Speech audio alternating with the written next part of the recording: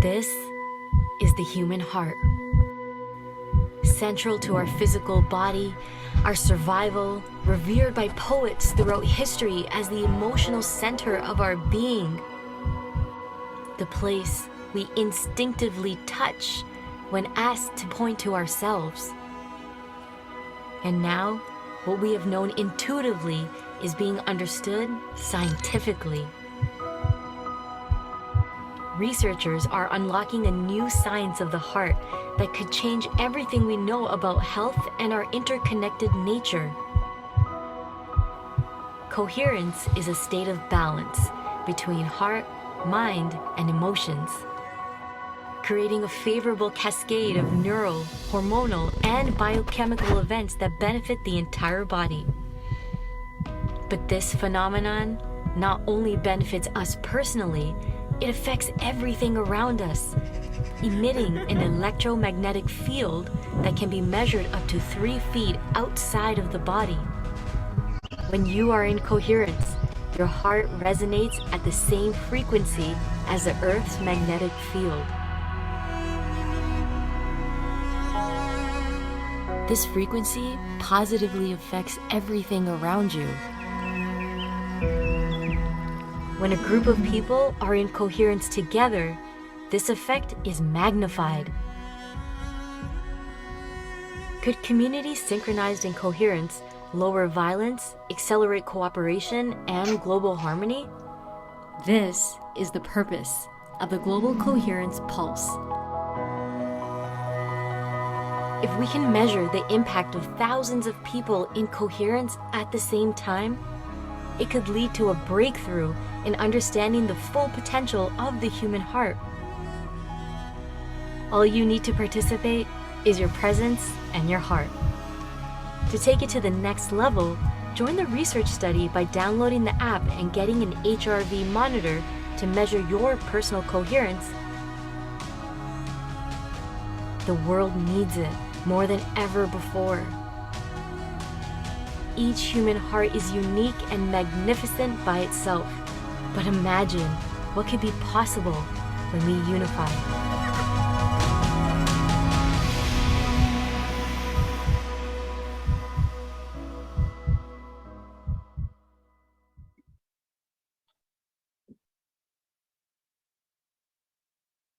Welcome, everyone. Welcome to our Global Coherence Pulse for November 2021. My name is Teresa Collins, and I'm co-founder of the Global Coherence Pulse, and I'll be hosting this special session today. And I want to start by saying thank you for taking time out of your day to be here with us, because your presence and your participation matters. And I love seeing that we have such a global reach, when you first come on in the chat. And if you haven't yet, please, share where you're coming in from. I see we're all around the world. We're Germany and Chile and United States and Japan. And it's just so heartwarming to know that there's people all around the world who are taking time out of their day to learn more about coherence, to be able to cultivate greater coherence. I actually wholeheartedly believe that cultivating individual and collective coherence is one of the most essential things that we can be doing together right now. Because what we feed the field matters, as Roland McCready always says, and it does have an impact. So we've hosted 44 pulses so far, featuring partners and heartists that have been adding their love and perspectives to this collective coherence experiences. And then there's you. The Pulse would not be here without you. So again, thank you for joining us, because we're really growing our capacity for sustained coherence when we do this together. And we're deepening our awareness of the potential that we have when we come together like this and pulse the planet with the potency of our collective heart. So today, our theme is global coherence in these unprecedented times. It feels like a really very timely conversation and experience for us to have together. And I can think, I'm going to come on gallery view so you can see everyone. So if you're on the call, please turn on your cameras, everyone. And I can't think of a better set of hearts to share on this subject than these dear friends and longtime colleagues of mine, Jim Garrison, who's the president of Ubiquity University and Humanity Rising. And Jim, you guys have done like 366 summit experiences together and brought coherence into every single one. I'm so glad that you're here with us today. Thank you so much. My pleasure. And Claudia Wells, who is the co-founder also of the Global Coherence Pulse. She was one of the founding members of the Global Coherence Initiative with HeartMath, and she's the president of Institute of Noetic Sciences, along with so many other things that she has her hands in, and really excited to have her share with you today as well. So Claudia, thanks for coming on. And Apila Colorado, who for me, she embodies the indigenous heart in all of their expressions. And Apila, it's so nice to see you again. I haven't seen you in so many years, and I love you so much. Thank you for being on today. Good morning, Teresa. Good to see you again. Good to see you too. And our musical guest today is Cornflower, who always enters the current of what's being generated on these pulses when he is our featured musician. And I find that he helps us to open wider and to rise higher in the frequency of our energy and our love. So thank you, Cornflower, for joining us today. Super excited to have you here. So this event runs 75 to 90 minutes, and it includes some opening thoughts that we'll have from Claudia and Jim. And then Cornflower, Apila, and Jim are going to guide us on our coherence experience. And then we'll close with some reflections and announcements, and then some music to take us out. So we always like to start all of our sessions just with a moment of presence. We all can, wherever we are on the planet, just take a moment. And I always like to feel the bottom of my feet. It just takes me out of my head for a moment and really connects me with being right here on this beautiful planet. So much gratitude for all of this beautiful Mother Planet provides for us.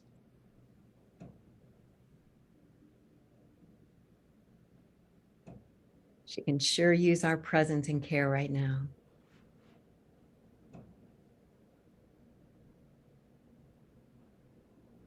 And then just simply bring your awareness into the center of your heart.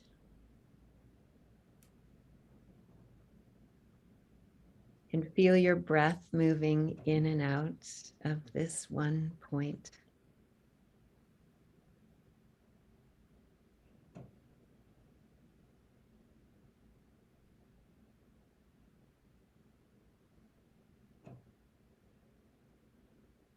And just evoke a positive feeling that you'd like to bring into this field today and leave with more of when we're complete.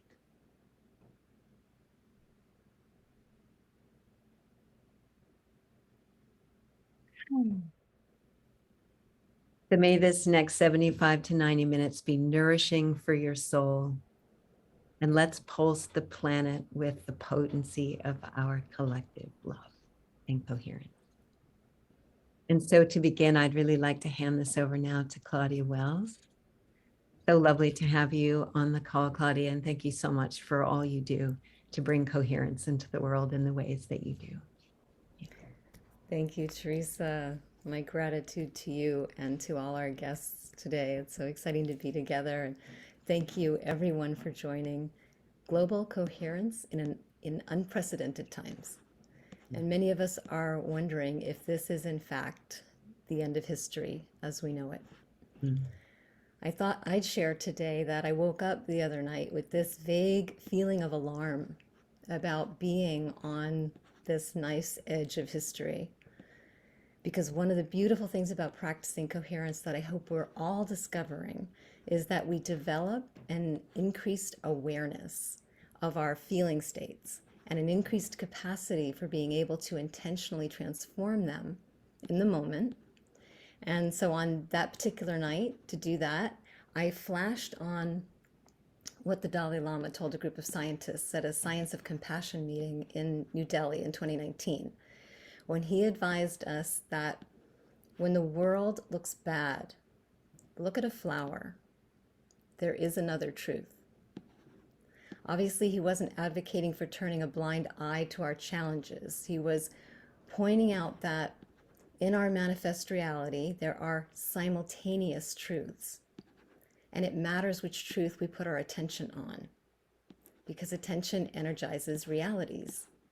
So for example, if we put our attention on the unprecedented nature of these times, not as the potential beginning of everything or the beginning of the end of everything that we know and love, but as the evolutionary driver that we need to wake us up to who we really are and to why we're really here, we can feel the energy and inspiration that's liberated within us by that alternative perception, even if it can be hard to access in those moments when we need it the most. And that's why we practice heart coherence. The heart is an organ of perception, and science has demonstrated that by training our attention to authentic, life-affirming emotions, instead of allowing it to get hijacked by the ever-present stressors in our lives, the heart orchestrates an inner coherence that expands our perception to include new insights and new solutions that affirm life based on more holistic ways of seeing. And what are these unprecedented times but humanity's initiation into new ways of seeing? As we turn our attention to creating collective coherence, the scientific paradigm that keeps much of the world trapped in a story of fundamental separation and the reality we're living because of that story will necessarily transform as well, because this is also an initiation into a new story and new ways of being based on the fundamental oneness of all life. We're being initiated into seeing the truth of ourselves as a conscious part of the self-healing mechanism of life, as Thomas Hübl says, where we realize that every act of healing separation, every deliberate energetic shift away from fear and towards love and compassion, towards care and appreciation, strengthens the field of planetary healing. In the Humanity Rising series that Teresa referenced, Jim Garrison identifies effective strategies for world change at every scale. The Pulse and initiatives like it are growing in numbers because growing numbers of people are turning on to the fact that generating heart coherence is such an effective strategy, and that we each have this natural agency in helping reunite humanity with itself and realign humanity with the coherence of nature, allowing us to more fully participate with the greater organizing principles of life that we've been ignoring at our own peril. Many scientists are now sounding the alarm about an unstoppable momentum of natural forces threatening life on Earth. And you know, in that truth, it's pretty scary. It's looking pretty bad. But there's a simultaneous truth that we can put our attention on: the flowering of another unstoppable momentum. This one, a natural power so great that it can shift our world to a new, higher order equilibrium. And of course, I'm talking about the power of a critical mass of heart coherent energy that we generate. Assisting us in making this growing momentum of coherence visible to itself is the Global Coherence Initiative sensor network of magnetometers, the Global Consciousness Project's random number generators, our tree monitoring system, and analysis of global events and sentiment metrics, all of which are designed to allow science to observe correlations between changes in these devices and metrics and coherence building strategies like the Pulse, and what for me is essentially a new science of love, and the beginning of a scientific paradigm that embraces the essential oneness of all things.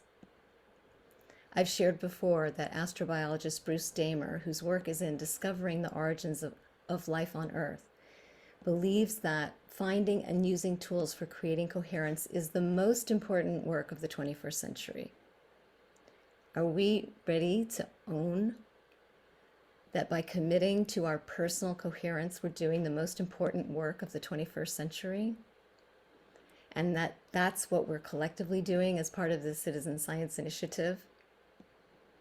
I'd like to invite today's host, Jim Garrison, to join us in a consideration of that. Having Jim on the Pulse is like a coming home for us. I met Jim at the State of the World Forum in 1995, and in the early 2000s worked with him and Barbara Marx Hubbard and Teresa to establish conscious evolution studies at Wisdom University, where Teresa and I also participated in the Chartres Mystery School at Chartres Cathedral in France with Jim and Apila, and during which time I wrote many academic papers, each one of them focused on coherence as an effective strategy for world change at every scale. So Jim has served as president of Wisdom University from 2005 until 2012, at which point he led its acquisition by Ubiquity University, where he's founder, president, chief academic officer, and convener of Humanity Rising, which is a daily solutions platform that was one of the earliest hosts of the Global Coherence Pulse. Thank you, Jim.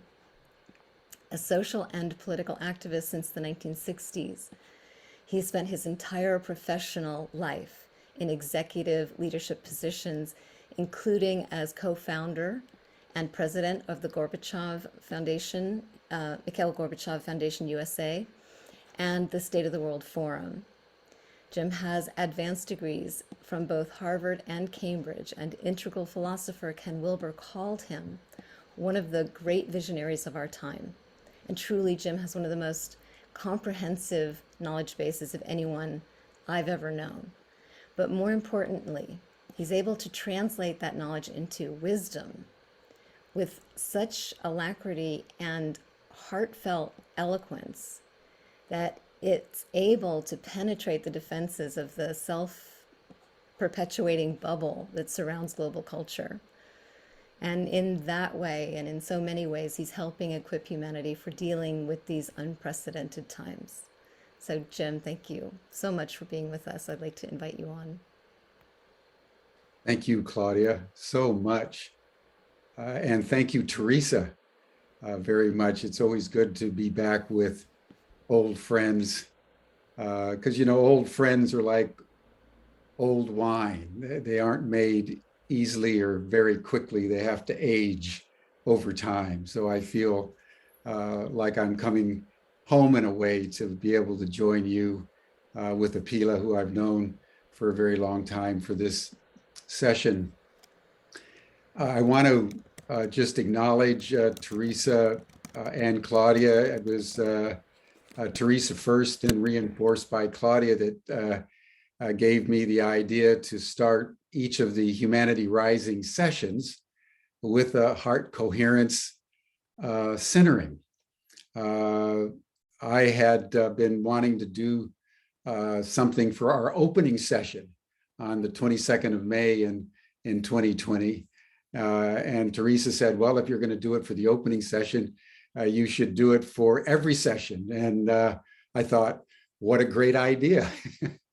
And Claudia reinforced it, Roland. And so here we are. And I must say, when we start each session of Humanity Rising, and we just take a minute or two to center ourselves in our hearts, attuned to our heartbeat, in a spirit of gratitude and deep thanksgiving, you can feel that the field, even though it's dispersed all over the world, we have people listening in from over 130 countries, you can just feel the coherence, sometimes in a very palpable way. So I just want to acknowledge Teresa and Claudia for their guidance in this matter with deep appreciation. In the few moments that we have today, I want to take just one aspect of Ilya Prigoghine's notion around the relationship between the islands of coherence and the sea of chaos. I know that he's well known to all of you. He is featured from time to time. His quote appears at the beginning of each session. But there's a particular aspect of Prigogine that I just want to tease out today, because I think it speaks very powerfully to our time. You know, heart coherence in an unprecedented time. Fundamental to his theory and his understanding of the relationship between coherence and chaos is that coherence doesn't arise separate from chaos. And that's often intuitively how you would think about it, that if you want to have peace, you get out of the hustle and bustle and go to somewhere where there's no hustle and bustle. But Prigogine very insightfully, and this is one of the reasons why he got the Nobel Prize in chemistry, said that true coherence is always in relationship to the chaos. And it is, in fact, the capacity of the coherence to absorb and transmute the chaos that enables the chaos when the coherence rises to a certain level of intensity and clarity to also shift state.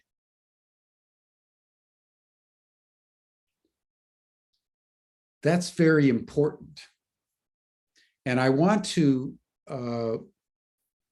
discuss that for just a few minutes in relationship to the rising chaos that we see all around us, and strike the note that it is our capacity in this time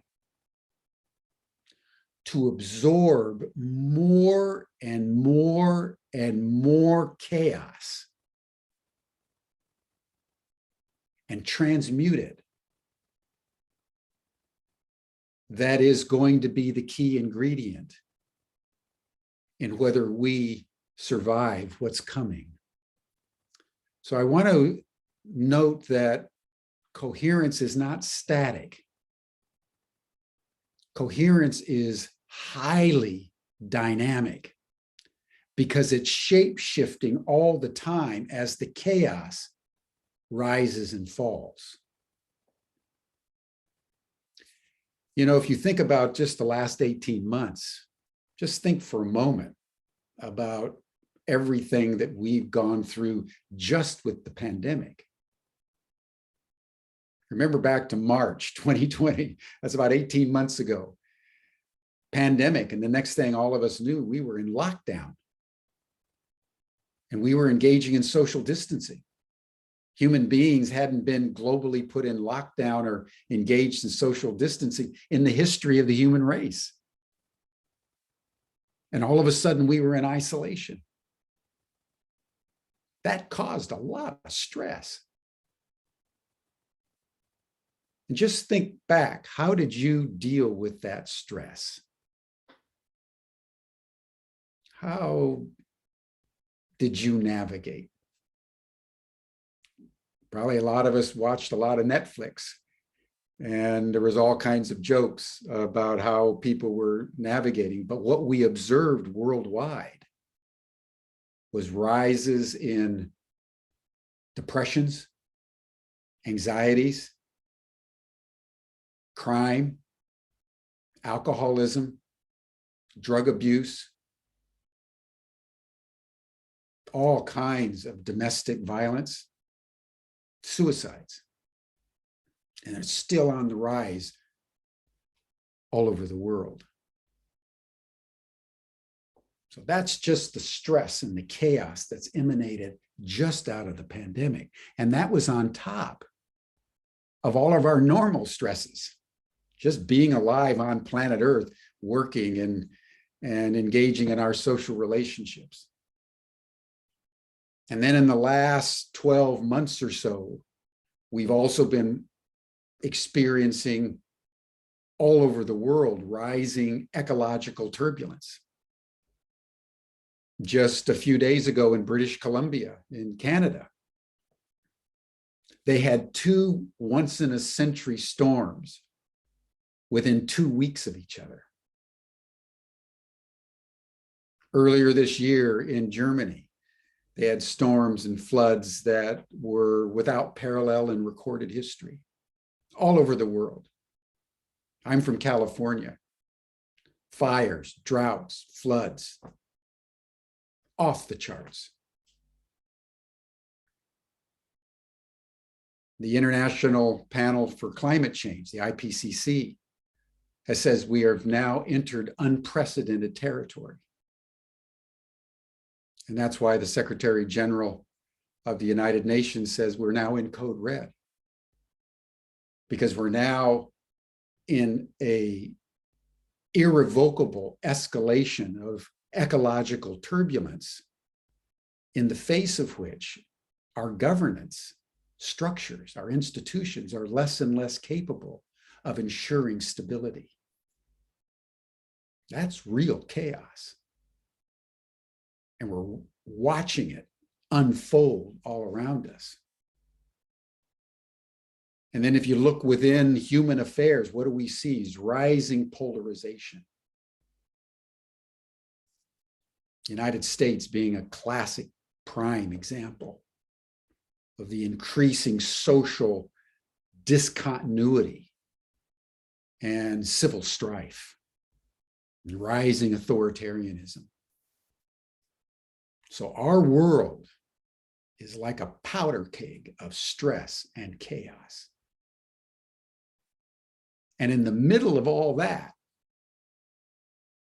is the Global Coherence Pulse, Humanity Rising, hundreds of other thousands, maybe millions of other organizations all trying to do good in the world. And I think what I wanted to bring in to this conversation is that our heart coherence that we practice every day or whenever we can needs to internalize the deep truth of Prigogine, that the islands of coherence cannot cause the chaos to shift state unless the coherence is able to absorb all that chaos. So what do we do in a time such as ours when chaos is off the charts? I don't know the answer to that question. But I know that that is the task at hand. And what I was saying to Teresa early when she invited me to speak, as I said, you know, I would love to come on because for me now, something like the Global Coherence Pulse that say 3 or 4 or 5 years ago was interesting and let's do it if we have time. I would submit to you today that achieving heart coherence has become a national security issue. It has become the most important thing we can do. That's why we do it every day on Humanity Rising, without exception, whatever the subject, whoever's on. And I want to bring in 2 examples of what I mean, because they have emerged as examples par excellence. You know, you think of classic example is Jesus on the cross. He was able to absorb all that inflicted pain,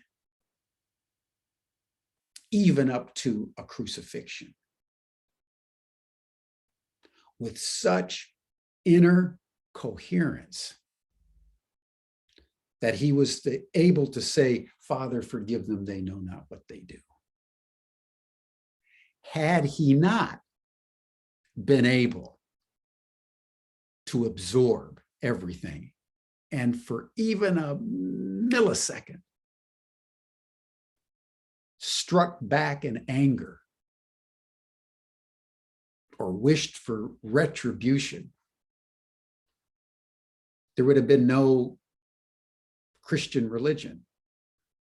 It was his capacity to absorb it all that enabled the chaos to go up to the next level of coherence.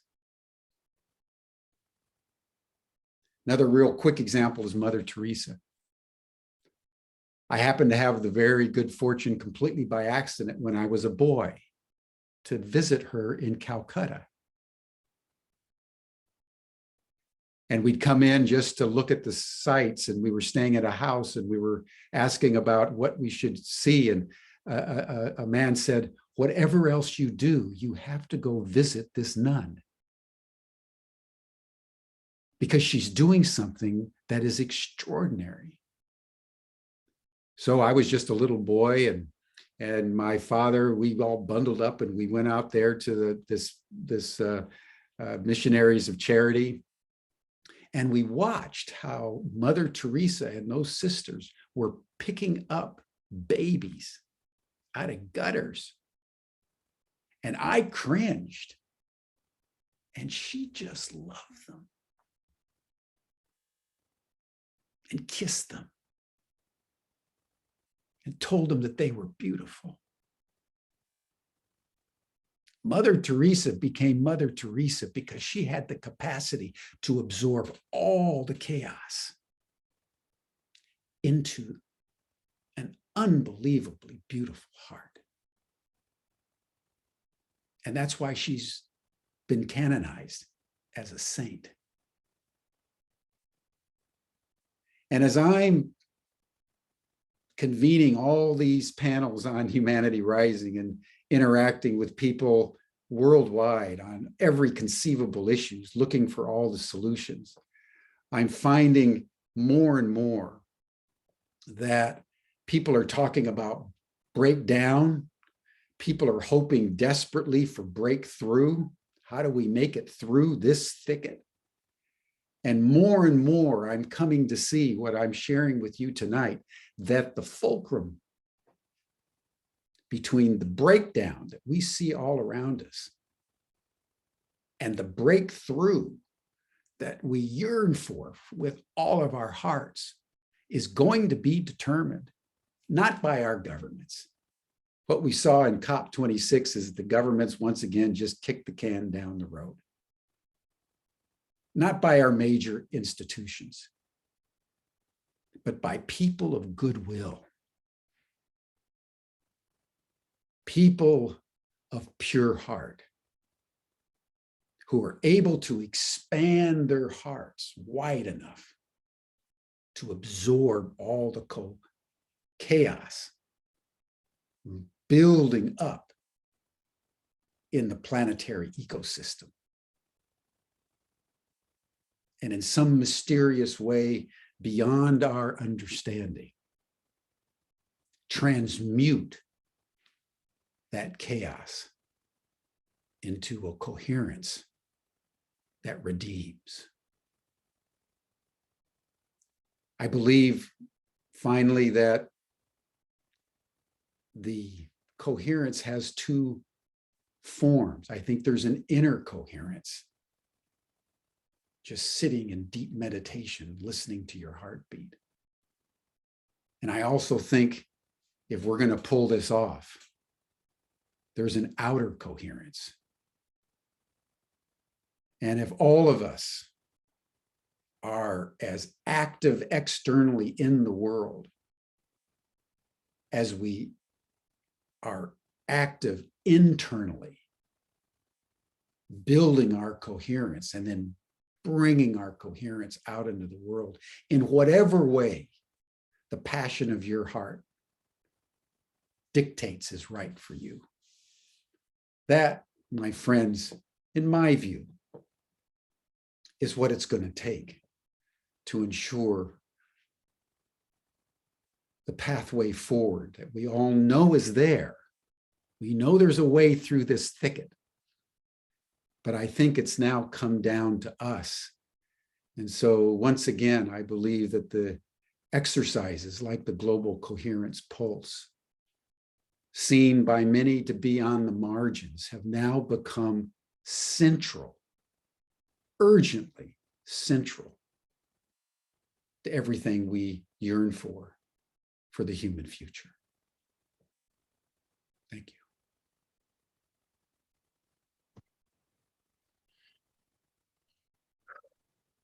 Thank you, Jim, so much. Thank you so much for really claiming that right here, right now. Thank you for bringing coherence into every single one of the conversations that you've hosted in the summit, nonstop, with so much love. And I can see from your presence today that you're taking on that challenge to absorb the chaos and stay present in your heart as you do it. And it inspires us all to really reach for that passion inside of us and that cellular certainty that we know it's up to us and that we have everything we need. Thank you. Thank you so much for your service. Thank you so much for your heart. Yeah. Beautiful. I'd like to invite you, if you're thinking about making a year-end gift this year, to the things in your life that have really supported you, to consider making a contribution to the Global Coherence Pulse. We've raised enough money this year to cover all of our expenses of putting on these events, but we haven't raised enough to be able to give any resources to the people who put this on, Kaylin and Ian in the back end, my team with Live It Now Productions. And we need to have some resources to be able to start again next year and really grow this. If it's one of the most essential things for us to be doing on the planet right now, if we all give a little bit, if we all give what we can, if we can give more. But please consider making a gift to the Global Coherence Pulse and know that in your giving, we're able to do more together. So really thank you for that.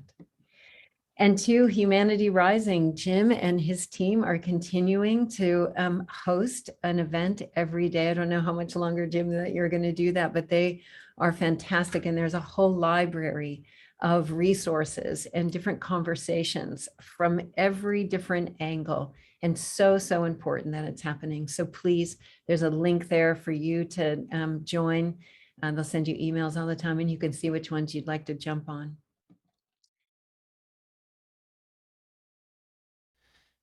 Earlier I mentioned Sapapu. It's one of my songs. And with regards to the path of the heart through the ages of experience here on the planet. And I want to bring that song through now. So I hope you enjoy it. And if you feel called to move your body, I highly recommend it.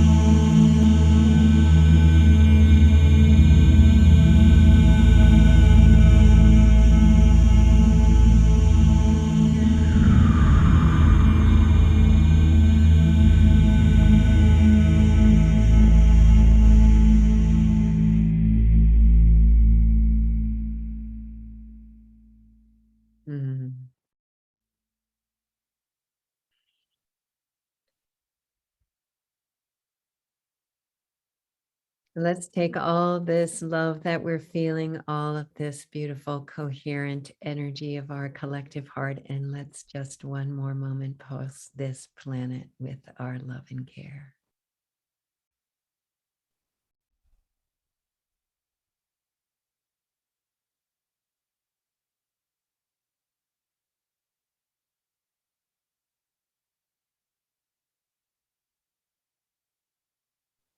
And to Cornflower and Claudia and Jim and Apila, to all of the people who make this possible, and to every single one of you.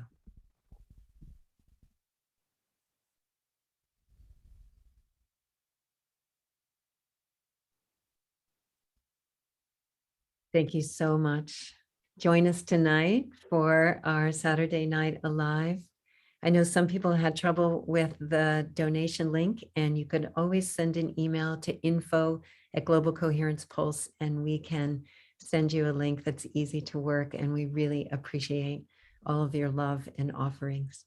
Thank you so much, everyone. Have a beautiful, beautiful day. Bye-bye.